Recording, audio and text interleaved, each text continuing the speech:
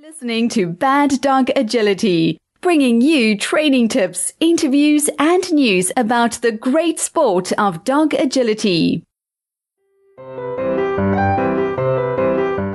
I'm Jennifer. I'm Esteban. And I'm Sarah, and this is episode 267. Today's podcast is brought to you by hititboard.com. Hititboard.com has the innovative training tools you need for agility. Having problems with the dog walk or A-frame? The Hititboard can fix that. Your dog doesn't like tugging? They'll love the Tug It. Can't move your A-frame around by yourself? The Move It can. Go to hititboard.com and use discount code BDA10 to get 10% off your order. That's hititboard.com. Today, we're going to be talking about finding the motivation to train. And for those of you who are feeling a little bit like me, a little bit demotivated, I hope that you will find this very helpful. And so for this podcast, I am going to be the client. I'm going to be the student/client. And Jennifer, you and Sarah are going to be the instructors, my paid experts to help me through this difficult time. Let me describe my problem. So I'm an agility person. Normally love doing agility, but for some reason, I just can't seem to get excited about training right now. I have a great young dog, definitely needs work, just started sequencing, still learning contacts. I have an old 8-year-old who's basically retired at this point, but could definitely use some activity. I just can't seem to want to get out there and do stuff. I have my own equipment here at the house that I can use, tunnel, contacts, weaves, several jumps. And I wake up in the morning and I think, okay, today I'm just going to get out there and do something. But then I don't. And one day leads to the next day. And suddenly it has been several weeks since I have trained this dog at all. And I feel like her entire career is slipping away. And now it's starting to cause me a little bit of anxiety. So I am here asking for help from you guys. Ease my anxiety. Find me the motivation. Give me the secret to life. Get me back out there. Okay, ready to go. Ready to go. All right. So the first point that I want to make for you and for anybody listening who Esteban's story could be your story is to first of all, forgive yourself for not having the motivation right now, however long it's been since you've had that drive and that desire for agility. Obviously, we are in the middle of very crazy, stressful, extraordinary times in the world with the COVID pandemic and social distancing and events being canceled and classes being canceled and people out of work. I mean, it's not just that our agility lives are shaken up, our lives are shaken up. And there is an unbelievable amount of stress that has been added to virtually everybody listening to this podcast right now. And I really don't think that can be overstated. You have to understand how much stress that you are in or under, and forgive yourself for not being able to find the motivation to do this hobby that you have historically done with your dog. So that's like number one. It's okay. A lot of us are in this position. And the second thing that I would say is that I think one of the best ways to get out of a training slump is to force yourself a little bit to get out there and just have one session. Don't overplan it. This isn't the time when you are struggling with motivation. It is not the time to go through and look through your entire record book and put together a spreadsheet of all of your skills, because all you're going to do is you're going to drown yourself in analysis and never actually get started. It feels like you're doing something, but you're really just putting off the going out to the field, right? I've been wondering about what to train. I feel like there's so much. I feel a little bit overwhelmed. All right. So my advice is it doesn't matter what you train right now. What matters is you get out and you do something. So set a time. A schedule would be great. Like if you're really trying to get out of a slump, set a time 3 days this week. It doesn't matter what you work on. What matters is that you get out there and you do something with your dog, because 9 times out of 10, once you get to the field, you will enjoy it. And then that's going to feed on itself, right? You can build on that. And I think about it, in a very similar way for a lot of people to working out. Like do I want to work out right now? Maybe I didn't sleep well last night. I only got 5 hours sleep. I don't feel great. I feel very stressed out. Maybe I'd rather sit and watch TV. But 9 times out of 10, 1 minute into the workout, I'm glad I'm doing it. And I think that that's the way a lot of us feel about agility. I think part of, this kind of stress and this feeling that you have, a big ease on it, as Sarah said, forgive yourself, but you're not alone. Right? If you were the only one going through this, we wouldn't be having this podcast. We're having this podcast because we're all going through it to some extent. We've received emails. I know Esteban and I have talked about, I'm having the same feeling with some of my dogs. My young dog is at a very similar stage. And I think there's a lot of comfort in knowing that you're not alone. It's sometimes easy to get on social media and see all these people training and you feel like they're leaving you in the dust, your old training partners. And as many people as are out there training and working hard and posting videos, there's also a lot that are dealing with the same thing. So you're not alone. And I think that kind of goes to maybe another tip, moving on to another tip, which is find a training partner. Now we know with COVID and social distancing, it might not be somebody you can actually get together with and train. Heck, it doesn't even have to be somebody from your area, but maybe you can find somebody who has a dog at a similar level and kind of compare notes once or twice a week. And if you need to make yourself accountable, because I 100% agree with what Sarah said, sometimes you don't want to get out there, but once you get going, you're glad you did. But maybe once a week, you schedule a quick little 15, 20-minute Zoom call where you guys discuss notes like, hey, what'd you do this week? Or, oh, I worked on, slowly increasing the height of my teeter. I closed the channel poles. And I think having somebody that you can talk about with what you're doing helps to do both things. It keeps you a little accountable, right? It gives you that motivation to kind of keep up with them, or, you guys can bounce off ideas. But it lets you know you're not alone, set a time. It's back to that appointment thing. So kind of finding a buddy can actually solve a couple of these emotions and these aspects that we are feeling right now. Yeah, exactly. I really like that. Yeah. And I think that another important aspect to getting out there is you kind of want to, I think we need to think about the lack of motivation as kind of, there's like 2 phases to it, right?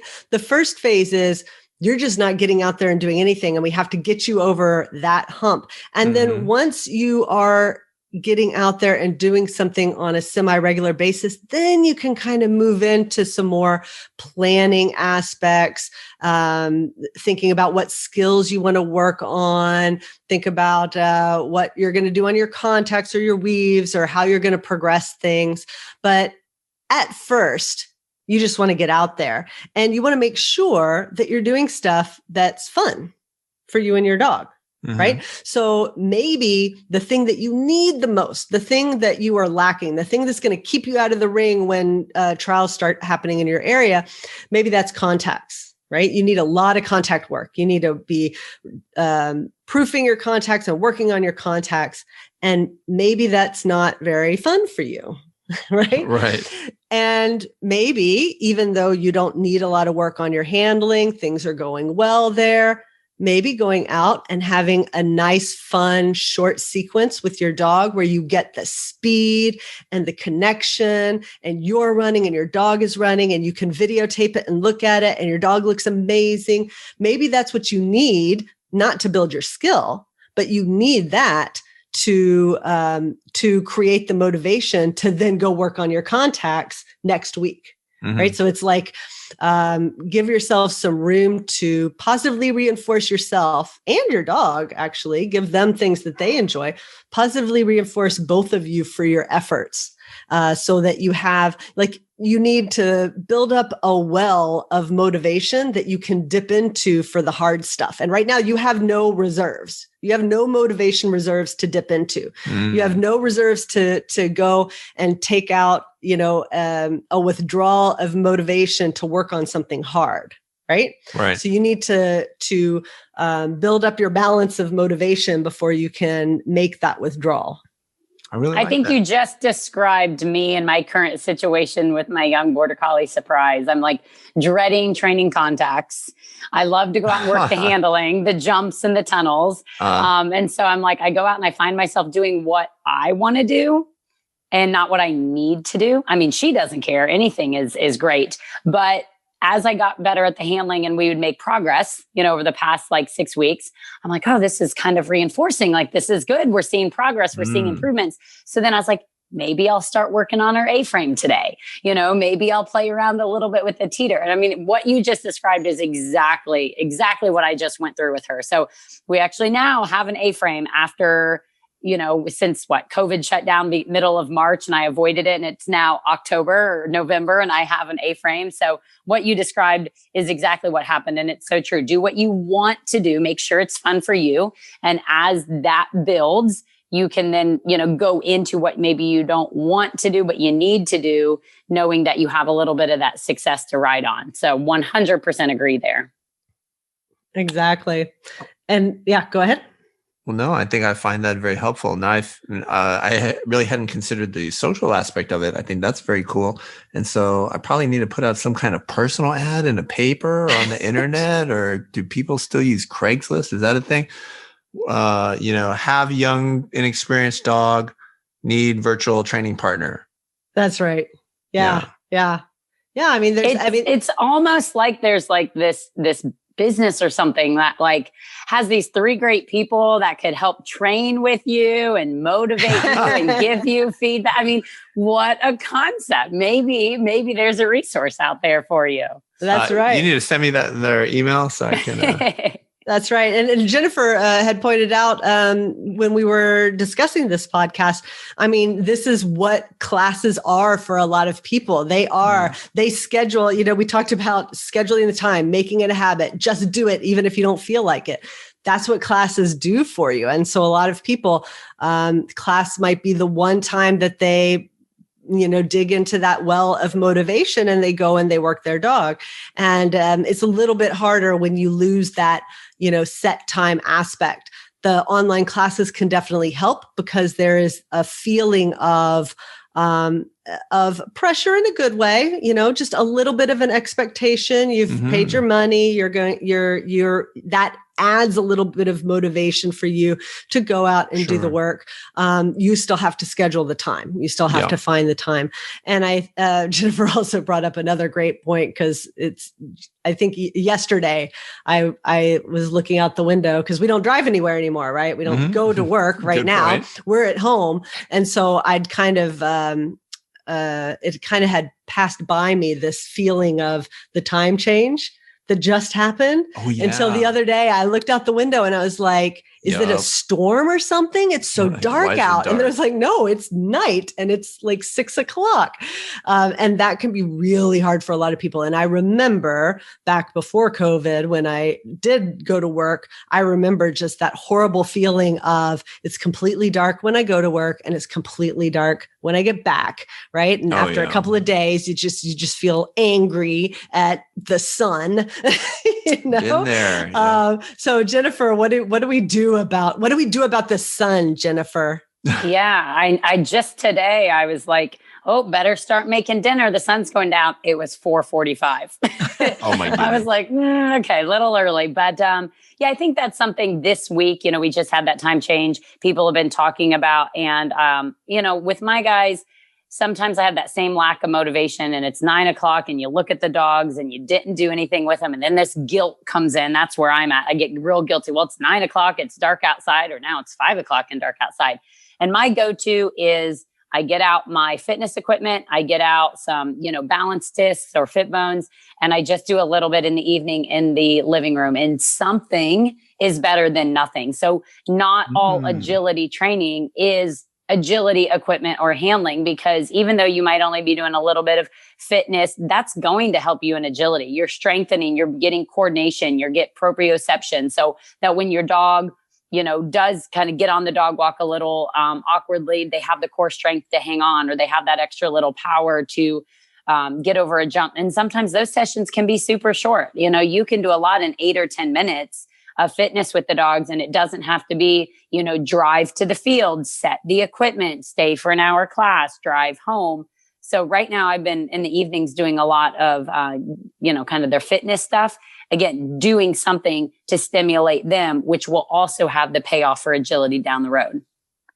Yeah, I 100% agree with that. And I think it's especially true with young dogs. I remember, even now, I still feel like it's very true for our dogs who are now a year and a half. But when they were puppies, cutting their nails, I count that as activity, like it was, I count that as training. It was kind of an event to do their nails. It needed to get done, but they got treats, they got rewards, they got to do other behaviors in between to help kind of break up the session. And so, so maybe I'm setting the bar a little too high. It's like trying to work out for the first time and you're like, I'm going to do a marathon. No, that's crazy. But even just a mile, right? Like today I'm finally going to go out and exercise. I'm going to go run a mile. Okay. That's a really great way to quit the next day, right? Because it was too much, it was too hard, and you weren't ready for it physically or emotionally, So I think it's totally legitimate to ease into things. And I'll go back. I think the number one absolute biggest thing that you can do is do something consistently.